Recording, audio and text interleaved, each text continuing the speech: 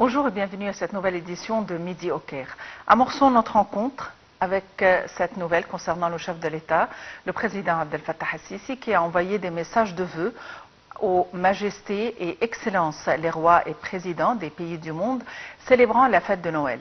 Le chef de l'État a exprimé dans ses messages ses sincères félicitations et ses meilleurs vœux à l'occasion de cette bonne occasion, leur souhaitant une joyeuse et bénie fête et une nouvelle année qui apporte la paix, la tolérance et la stabilité à leur peuple ami et à tous les peuples du monde.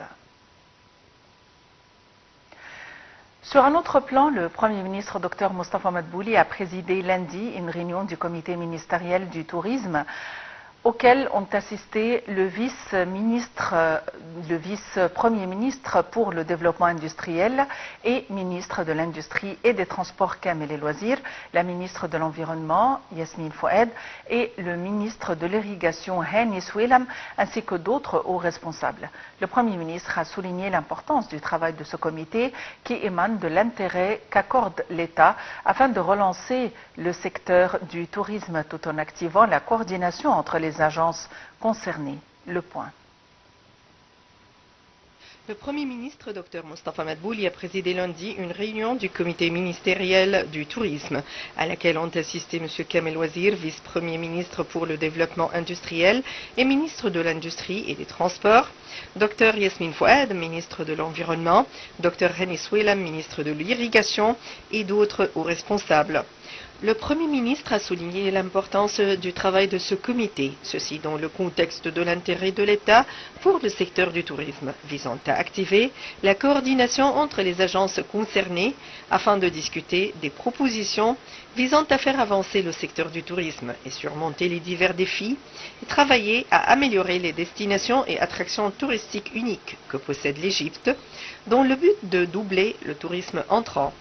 Il a également insisté sur la nécessité de faire face à un certain nombre de défis auxquels ce secteur important est confronté, notamment la nécessité d'accroître les investissements dans le tourisme pour augmenter le nombre de chambres d'hôtel afin de répondre à l'augmentation ciblée du nombre de tourisme dans les années à venir.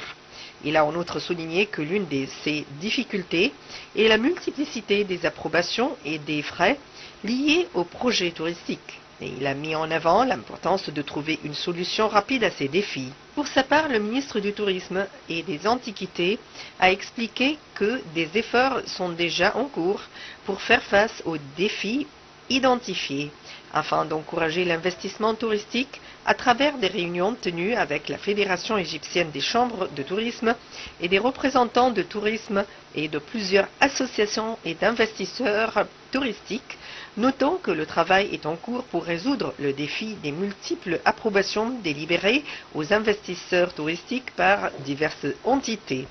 Le ministre du Tourisme, M. Cherif Fathi, a passé en revue les procédures les plus importantes suivies pour créer un environnement favorable à l'investissement touristique en Égypte, notant que le mouvement touristique a enregistré une croissance d'environ 14% en 2023 par rapport aux indicateurs d'avant Covid-19, avec des chiffres positifs réalisés en matière d'arrivées touristiques et de revenus.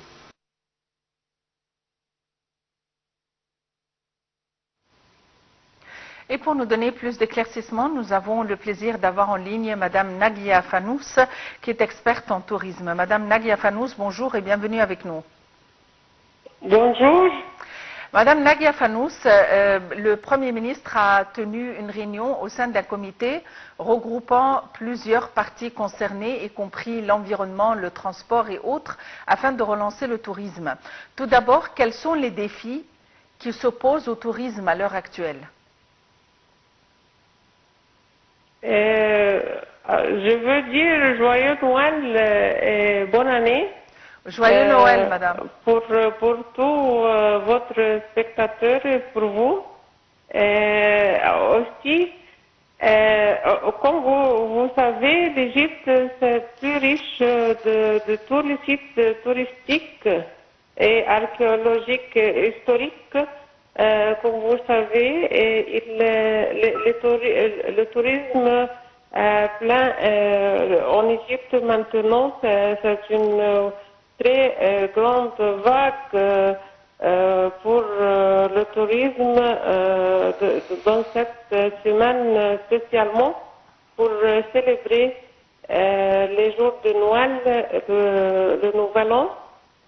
Et comme vous savez, ils peuvent, les touristes peuvent visiter plusieurs sites historiques comme les sites coptes, musulmans et aussi les sites. Oui, mais Madame Nagia Fanous, quels sont les problèmes qui s'opposent au tourisme? Raison pour laquelle le Premier ministre a tenu des réunions afin de remédier aux problèmes du tourisme. Quels sont les problèmes qui s'opposent au tourisme en tant qu'industrie à l'heure actuelle? Bien sûr, il y a quelques problèmes, mais ce n'est pas grave. L'État a fait ses préparatifs à travers, comme les aéroports, par exemple, pour accueillir les touristes rapidement et compléter les procédures, en plus de tous les services dans les hôtels et la disponibilité. Il y a quelques problèmes dans les zones ici, des problèmes politiques à côté de nous. Ce n'est pas dans le pays, mais à côté des autres pays à côté. Il y a des problèmes militaires et politiques, comme vous savez. Mais l'État ici à l'intérieur donne tous les efforts, fait tous les efforts et les services dans les hôtels et disponibilité de tout en termes de services fournis pour les travailleurs de tous les départements et disponibilité du tourisme culturel dans les aéroports aussi. Et dans tous les sites historiques et touristiques. Oui, merci beaucoup Madame Nagia Fanous, vous êtes experte en tourisme.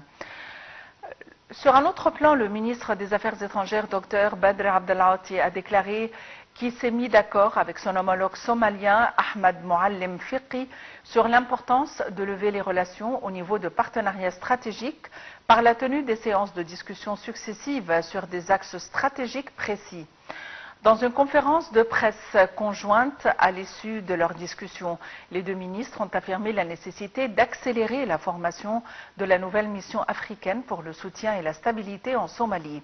Les deux ministres ont également exhorté les partenaires de l'Union africaine à fournir le financement nécessaire et durable pour la nouvelle mission, tenant compte de l'impact des troubles dans la Corne africaine et la mer Rouge sur le trafic du commerce et de la navigation internationale, et aider l'armée somalienne à lutter contre le terrorisme et maintenir les capacités de l'État.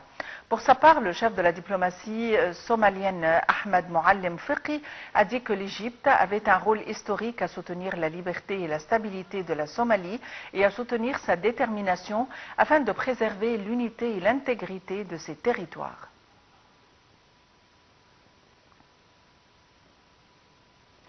Le ministre des Affaires étrangères, Badr Abdelghati, a reçu la candidate égyptienne au poste de vice-président de la Commission de l'Union africaine, Mme Hanen Morsi, en présence du ministre adjoint des Affaires étrangères et directeur du département des organisations et groupes africains, l'ambassadeur Ashraf Soueilam, afin de suivre l'évolution de sa campagne électorale et sa tournée africaine, visant à communiquer avec les États membres de l'Union africaine. Le chef de la diplomatie a souligné l'importance du rôle de l'Égypte dans le soutien des questions du continent africain à tous les niveaux. Badr Abdelghati a ajouté que la candidature de Mme Morsi s'inscrit dans le cadre de l'attachement de l'État égyptien à renforcer sa présence dans les organisations régionales et internationales et son engagement à réaliser les buts de l'Union africaine. Le point.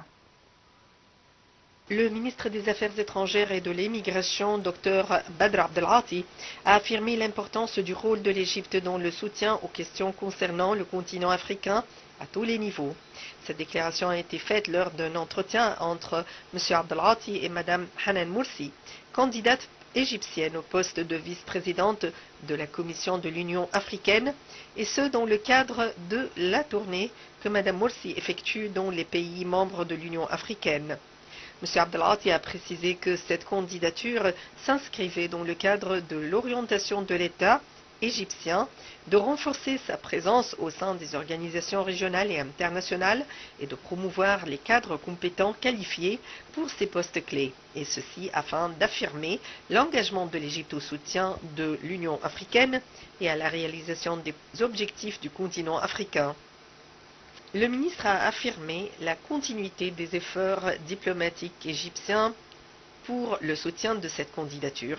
Pour sa part, la candidate a évoqué des entretiens menés lors de sa dernière tournée africaine avec des présidents, des ministres et de hauts responsables des pays membres de l'Union africaine. Elle a également fait état de ces discussions fructueuses qui se sont focalisées sur les priorités du continent africain et sa vision envers le processus de réforme institutionnelle et le renforcement de la gouvernance dans le cadre de l'Union africaine, en plus de questions de développement économique, de l'autonomisation des jeunes et de la femme et le soutien de la complémentarité régionale.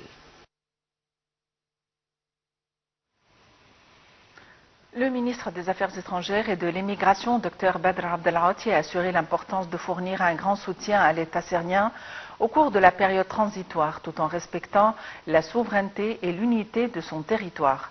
Ceci est intervenu lors d'un appel téléphonique avec son homologue saoudien Faisal Ben Farhan, qui s'est focalisé sur l'évolution de la situation sur la scène syrienne.